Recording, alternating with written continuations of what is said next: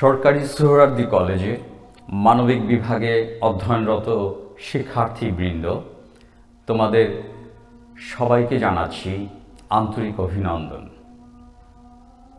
আবারও সেই পুরনো প্রসঙ্গ, আমাদের আরাধ্য বিষয় যুক্তিবিদ্যা। আর এই যুক্তিবিদ্যার একটি উল্লেখযোগ্য টপিক হচ্ছে পদ বা টার্ম। তোমরা সবাই ইতোমধ্যে জেনেছ যে অন্যান্য বাক্যের সাথে যুক্তি বাক্যের মধ্যে একটি পার্থক্য রয়েছে।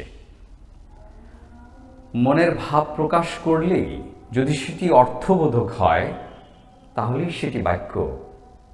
বাংলা ভাষায় এভাবেই বাক্যকে বাক্য বলে বিবেচিত। কিন্তু যুক্তিবিদ্যায় আমরা বাক্য বলতে বুঝি এরকম কতগুলো শব্দের সমষ্টি, যেই শব্দগুলোর প্রথমে থাকে উদ্দেশ্য, শেষ প্রান্তে বিধেয়, মাঝখানে সংযোজক। আমার এই বোর্ডে দুটো উদাহরণ রয়েছে। উদাহরণ দুটো হচ্ছে সকল মানুষ হয় মরণশীল। এখানে প্রথমে রয়েছে সকল মানুষ, যেটাকে আমরা বলছি উদ্দেশ্য, অর্থাৎ যাকে কেন্দ্র করে একটি বক্তব্য উপস্থাপিত হয়েছে। আর মানুষ যেহেতু উদ্দেশ্য, এই উদ্দেশ্যকে কেন্দ্র করে যে বক্তব্য উপস্থাপিত হয় তাকে বলি আমরা বিধেয়। তাহলে এখানে মরণশীল শব্দটি হচ্ছে বিধেয়। মাঝখানে দুই প্রান্তে দুই শব্দের সমষ্টি, এক প্রান্তে আছে সকল মানুষ, আরেক প্রান্তে আছে মরণশীল।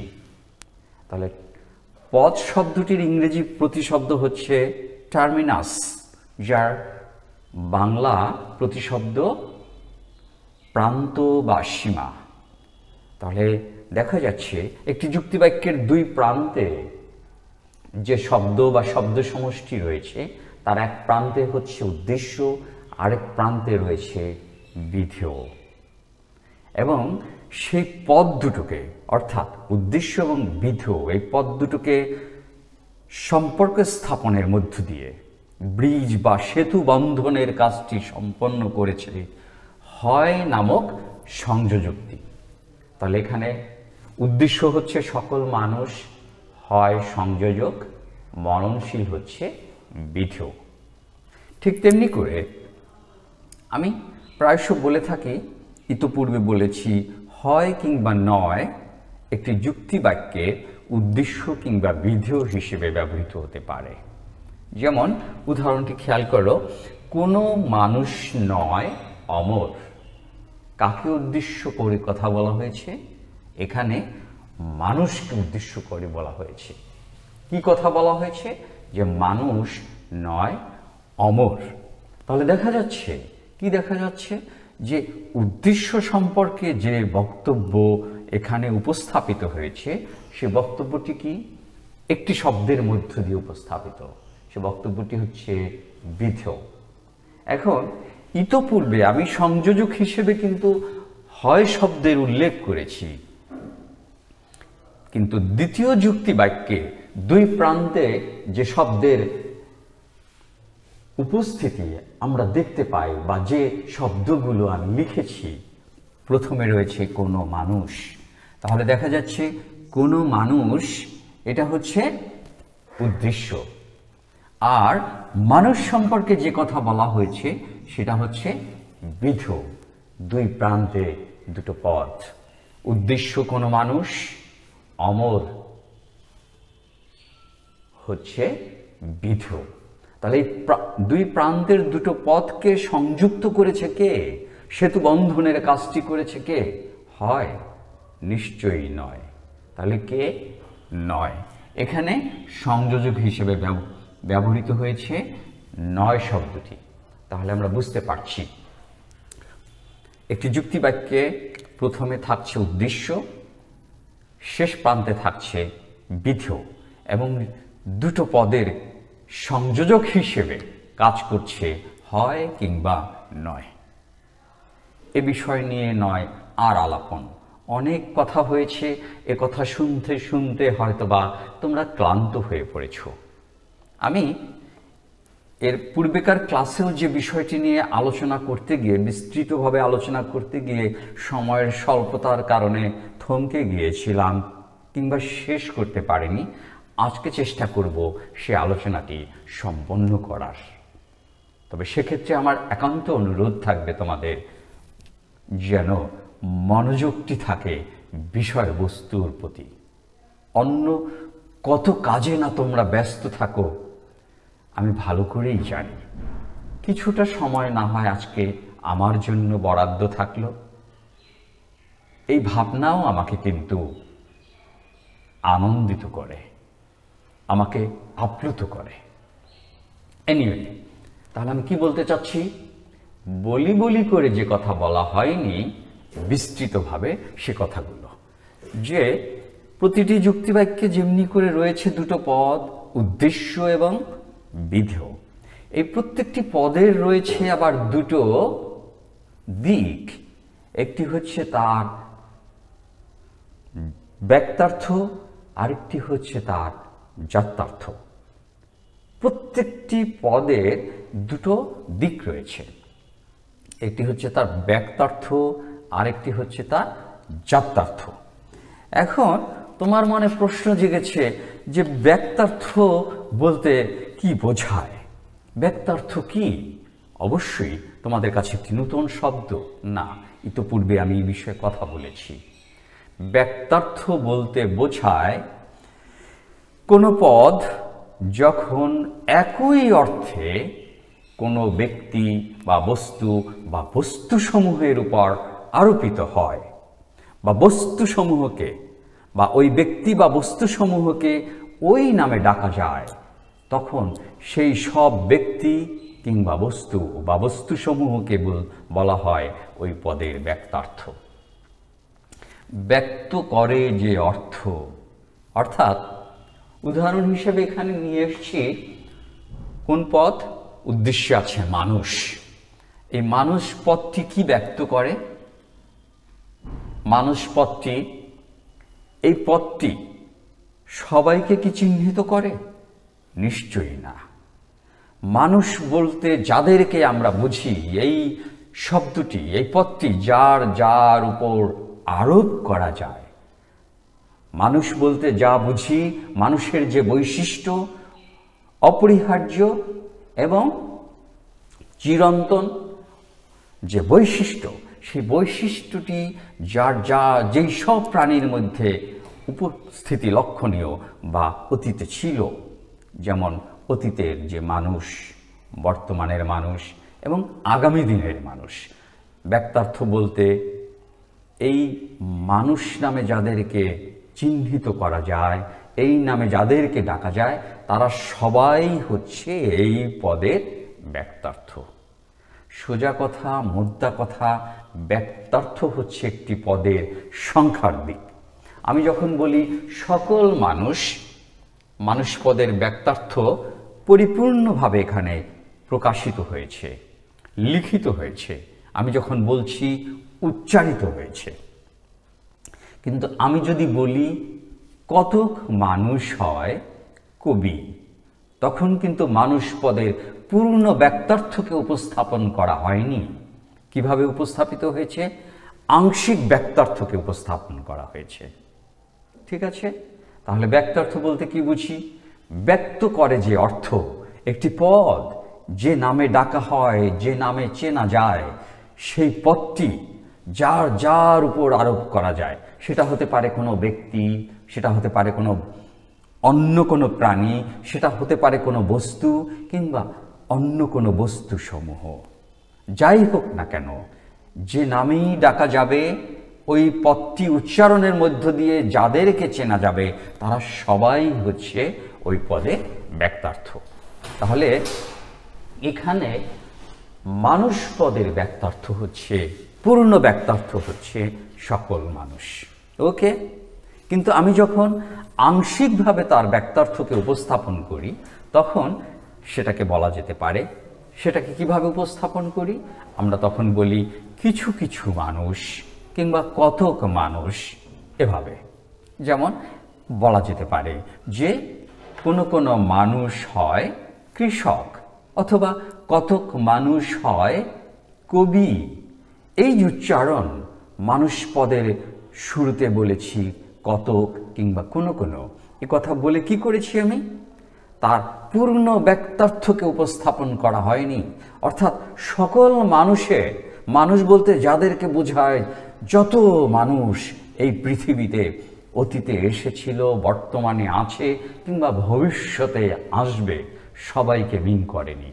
মিন করেছে তার আংশিক ব্যক্তার্থকে, মানে পূর্ণ ব্যক্তার্থ, পূর্ণ সংখ্যাকে না বুঝিয়ে আংশিক মানুষকে বোঝানো হয়েছে যে কোনো কোনো মানুষ হয় কবি।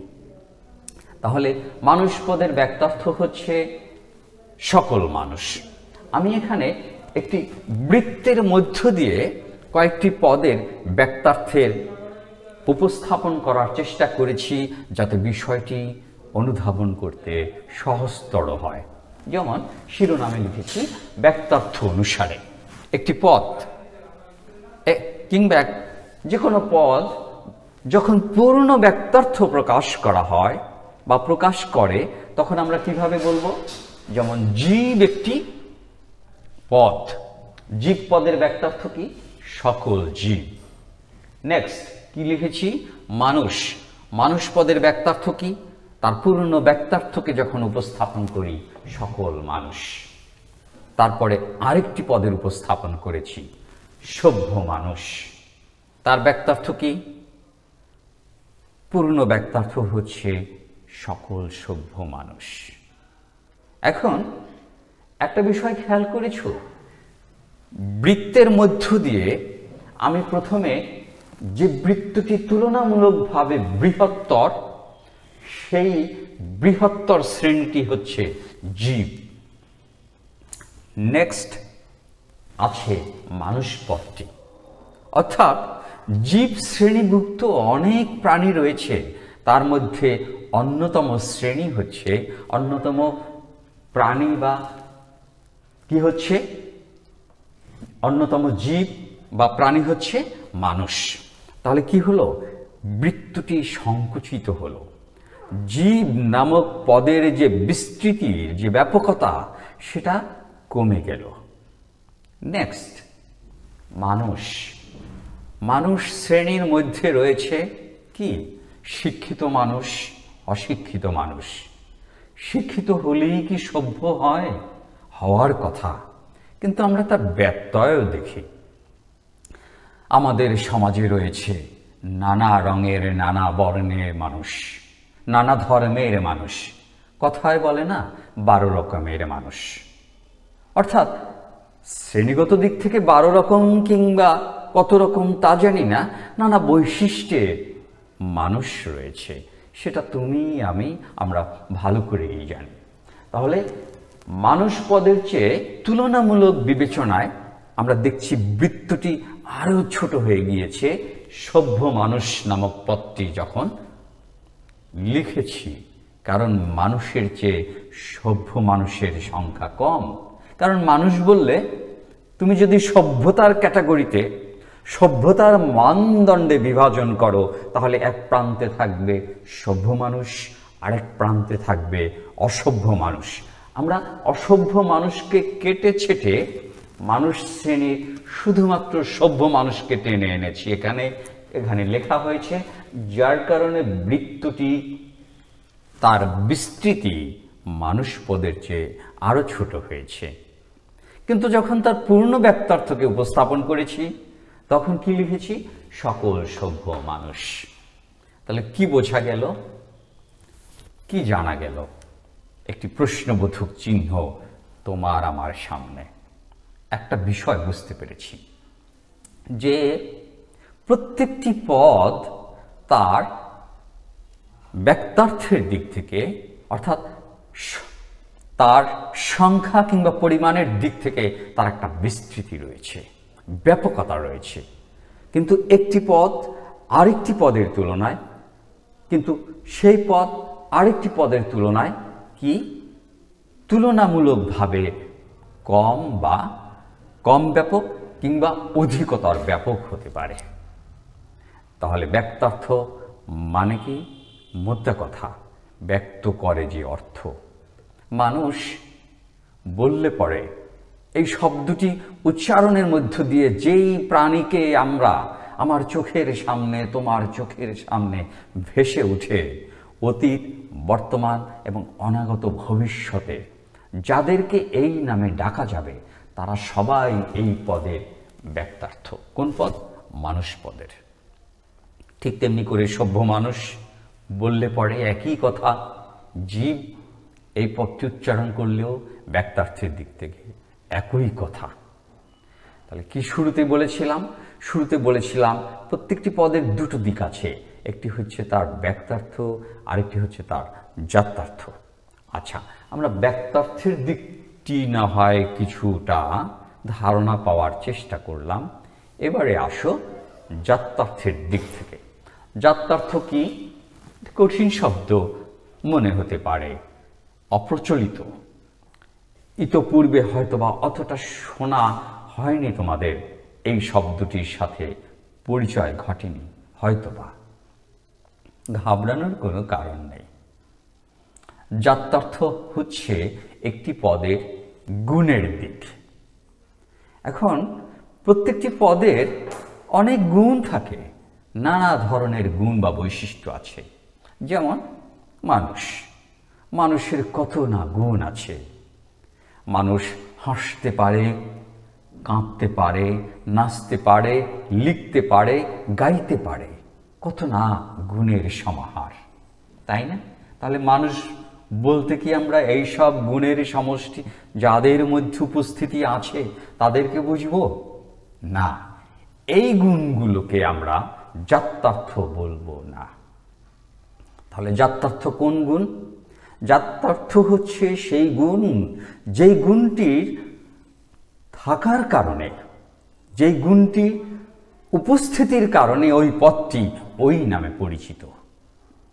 অর্থাৎ সে গুণটি হতে হবে সর্বজনীন, সে গুণটি হতে হবে অপরিহার্য। অর্থাৎ মানুষ যখন পদের উপস্থাপন করা হয় তার জাত্যার্থ হবে মানুষ বলতে যাদেরকে বুঝি সবার মাঝে সেই গুণটি অবশ্যই অবশ্যই থাকতে হবে, যে কারণে সেটা হবে সর্বজনীন এবং সেটা হবে অপরিহার্য। সব মানুষ কি হাসতে পারে প্রাণ খোলা হাসি?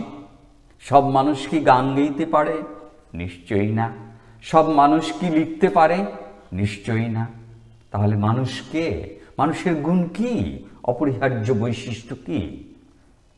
যেহেতু মানুষ হচ্ছে জীব শ্রেণীর অন্তর্ভুক্ত, মানুষ হচ্ছে কি? জীব শ্রেণীর অন্তর্ভুক্ত। এই যে জীব, অনেক ধরনের জীব রয়েছে। সেই জীব যেমন বাঘ, ভাল্লুক, ঘোড়া, হাতি, ঘোড়া, সিংহ, নানা জীব শ্রেণী রয়েছে। সেই শ্রেণীর অন্তর্ভুক্ত, জীব শ্রেণীর অন্তর্ভুক্ত একটি শ্রেণী হচ্ছে মানুষ। এখন মানুষের জাত্যার্থ কি হবে তার? যেহেতু তার প্রথম পরিচয় সে এক ধরনের জীব, তাহলে অবশ্যই অবশ্যই তার মধ্যে রয়েছে কি রয়েছে? প্রথমে রয়েছে জীববৃত্তি। শুধুই জীববৃত্তি নয়, মানুষ যেহেতু গরু, ছাগল, হাঁস, মুরগি, বাঘ, ভাল্লুক এই সকল প্রাণী থেকে স্বতন্ত্র আরেকটি বৈশিষ্ট্য রয়েছে বিধায়, স্বকীয়তা রয়েছে বলেই সে মানুষ। সেটি কি? সেটি হচ্ছে তার বুদ্ধিবৃত্তি। তাহলে মানুষ পদের অপরিহার্য সর্বজনীন গুণ হচ্ছে জীববৃত্তি এবং বুদ্ধিবৃত্তি। তাহলে জাত্যার্থ বলতে কি বোঝায়? জাত্যার্থ বলতে সেই গুণকে বোঝায় যেই গুণটি না থাকলে পরে সেই পদটিকে সুনির্দিষ্টভাবে চিহ্নিত করা যায় না, বরঞ্চ জাত্যার্থ হচ্ছে সেই গুণ বা গুণের সমষ্টি যেই গুণগুলো থাকার কারণে, গুণ বা গুণসমূহ থাকার কারণে ওই পদটি স্বকীয়ভাবে উপস্থাপিত হয়, অর্থাৎ সেই সব গুণসমূহ যেই গুণগুলো ওই পদের জন্য অপরিহার্য, ওই পদটি চেনার জন্য, জানার জন্য, বোঝার জন্য সর্বজনীন এবং অপরিহার্য। ঠিক আছে, তাহলে দেখতে পাও কি দেখা যায়। আমি ওই প্রান্তে যেমনি করে বৃত্তের মধ্যে কতগুলো পদের উপস্থাপন করেছি, এখানেও কতগুলো পদের উপস্থাপন করেছি। একই পদ দেখো, এখানেও আমি এই প্রান্তে আছে সভ্য মানুষ, এখানেও আছে সভ্য মানুষ। ওই প্রান্তেও আমি লিখেছি আরেকটি পদ মানুষ, এখানেও লিখেছি মানুষ নামক পদটি। ঠিক একইভাবে এখানেও যেমনি করে আছে লেখা জীব নামক পদটি, এই বৃত্তের মধ্যেও আছে জীব নামক পদটির উপস্থিতি, অর্থাৎ ওখানেও আমি লিখেছি। কিন্তু একটি বৈপরীত্যের চিত্র বোধহয় তোমাদের সামনে, তোমাদের চোখে ধরা পড়েছে। কি সেই বৈপরীত্য? বৈপরীত্যটি হচ্ছে মজার ব্যাপার। জীব নামক পদটির যে বৃত্ত, সেই বৃত্তটি হচ্ছে এখানে সবচেয়ে বড়, সবচেয়ে ব্যাপক।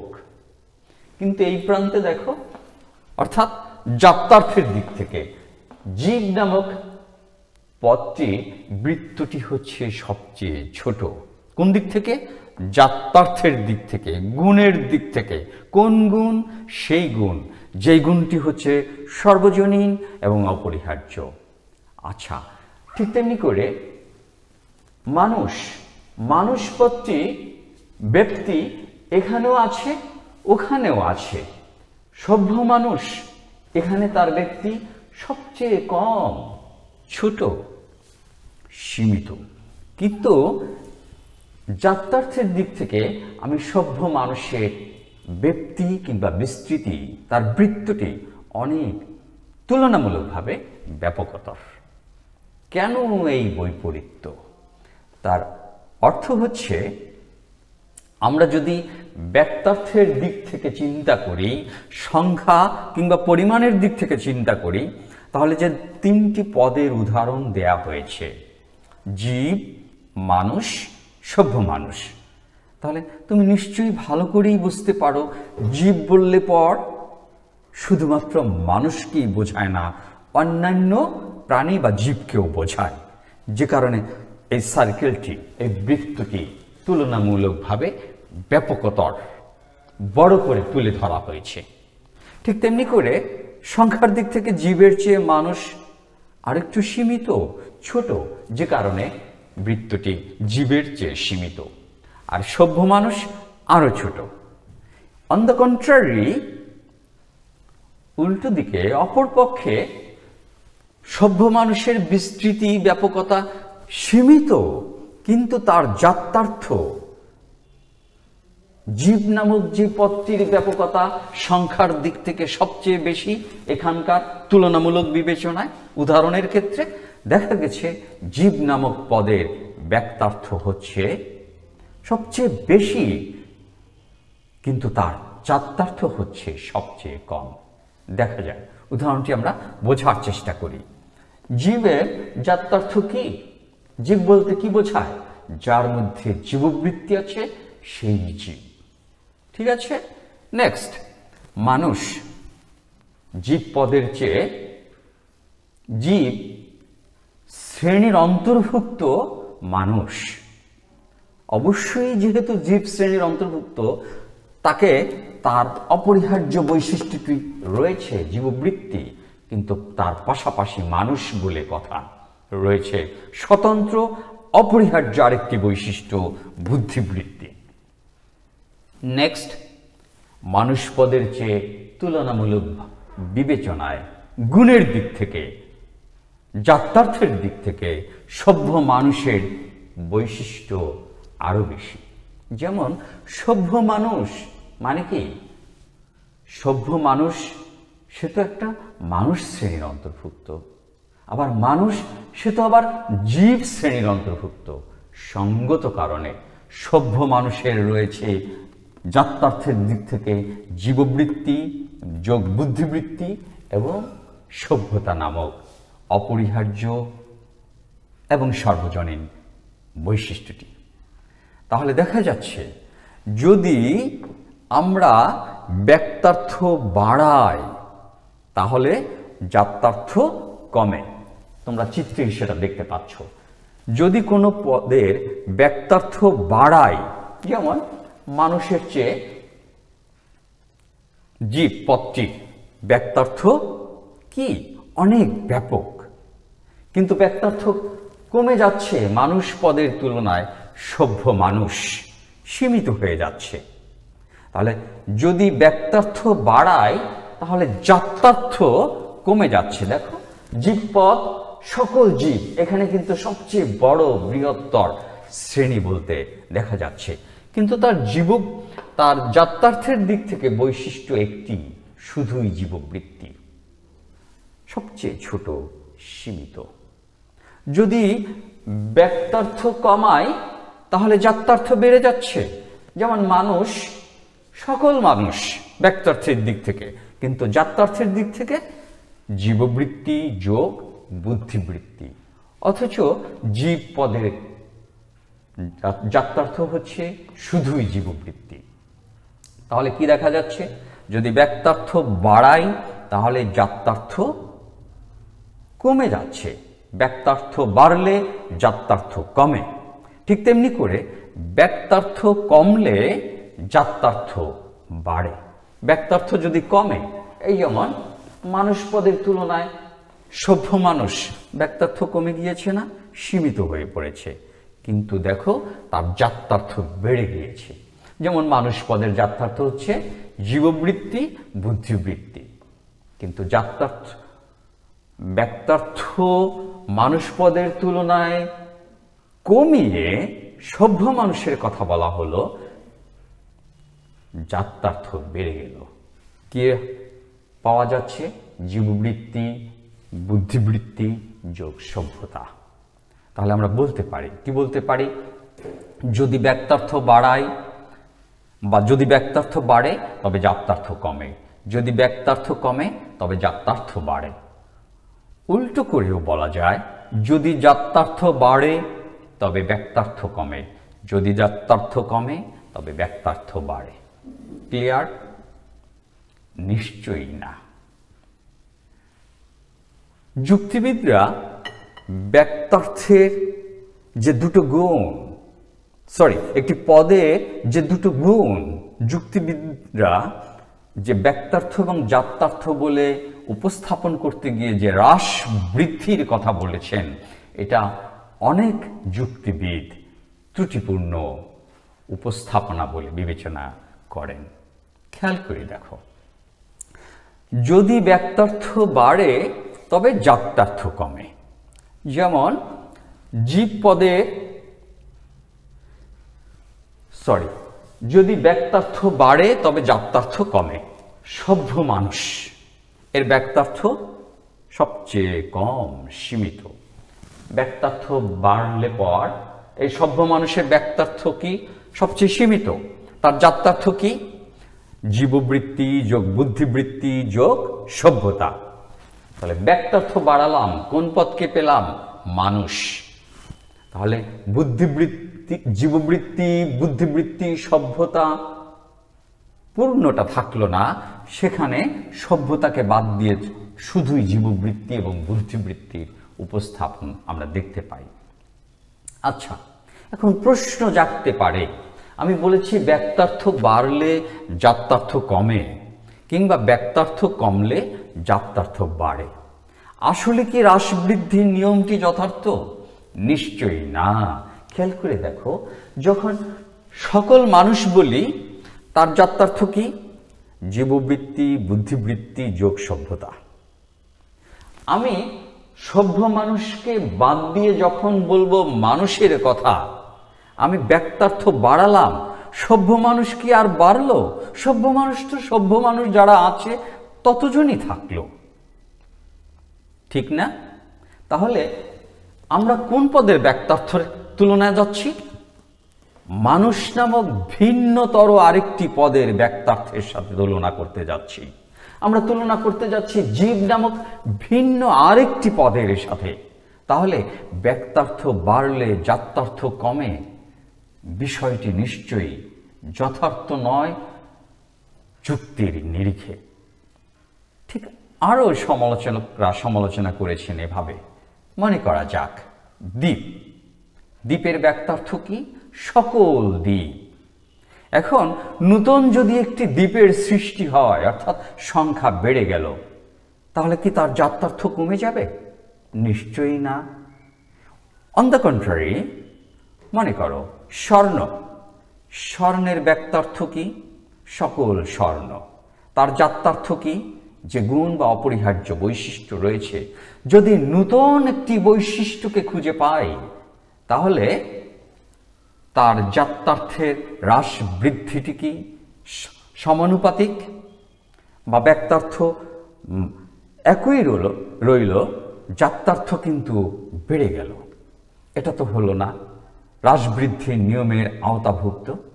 ঠিক তেমনি করে ব্যক্তার্থ বাড়লে জাত্যার্থ কমে, কিংবা জাত্যার্থ বাড়লে ব্যক্তার্থ কমে, এই হ্রাস বৃদ্ধির নিয়মটিও সমানুপাতিক নয়।